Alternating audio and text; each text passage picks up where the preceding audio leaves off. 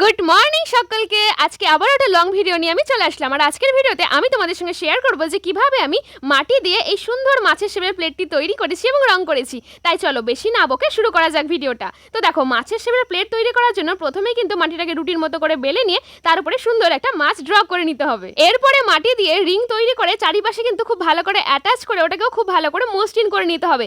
এরপরে পালা হচ্ছে পাখনা, লেজ এগুলো তৈরি করার। তো এক এক করে এখানটায় পাখনা এবং লেজও আমি তৈরি করে নিয়েছি।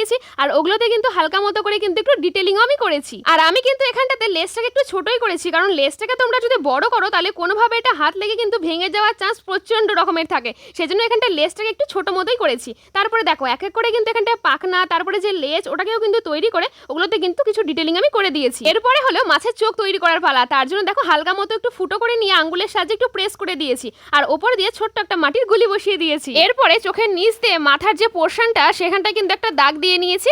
এরপরে পালা হচ্ছে মাছের আঁশ তৈরি করার। তো চলো এবারে মাছের আঁশ তৈরি করা যাক। তার জন্য দেখো আমি একটা আইসক্রিমের চামচ নিয়ে নিয়েছি। ওই চামচের পেছনটা দিয়ে আমি এখানটায় মাছের যে আঁশগুলো সেগুলো কিন্তু এক এক করে তৈরি করে নিয়েছি। তো তৈরি হয়ে গেল না আমাদের মাছের একটি প্লেট।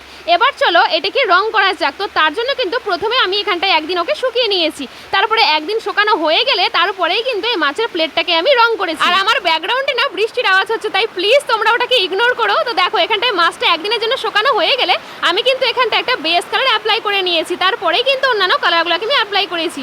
এই যেমন চোখটাকে দেখো ব্ল্যাক কালার করেছি এবং যে পাখনাগুলো ওগুলোকেও কিন্তু আস্তে আস্তে ব্ল্যাক কালার করে নিয়েছি। আর আমি পুরো মাছের যে কালারটা ওটাকে একটা সিলভার কালার দেওয়ার চেষ্টা করেছি। সেজন্য এখানটা ব্ল্যাক এবং হোয়াইটটাকে মিক্স করে আমি একটা টেক্সচার কিন্তু তৈরি করেছি রঙে। এরপরে ব্ল্যাক কালার দিয়ে একটু হাইলাইট করে নিলে কিন্তু তৈরি আমাদের মাছের প্লেট। এবার তোমরাই জানাও যে তোমাদের আজকের ভিডিওটা কেমন লাগলো। যদি ভালো লেগে থাকে তাহলে লাইক করে দিও।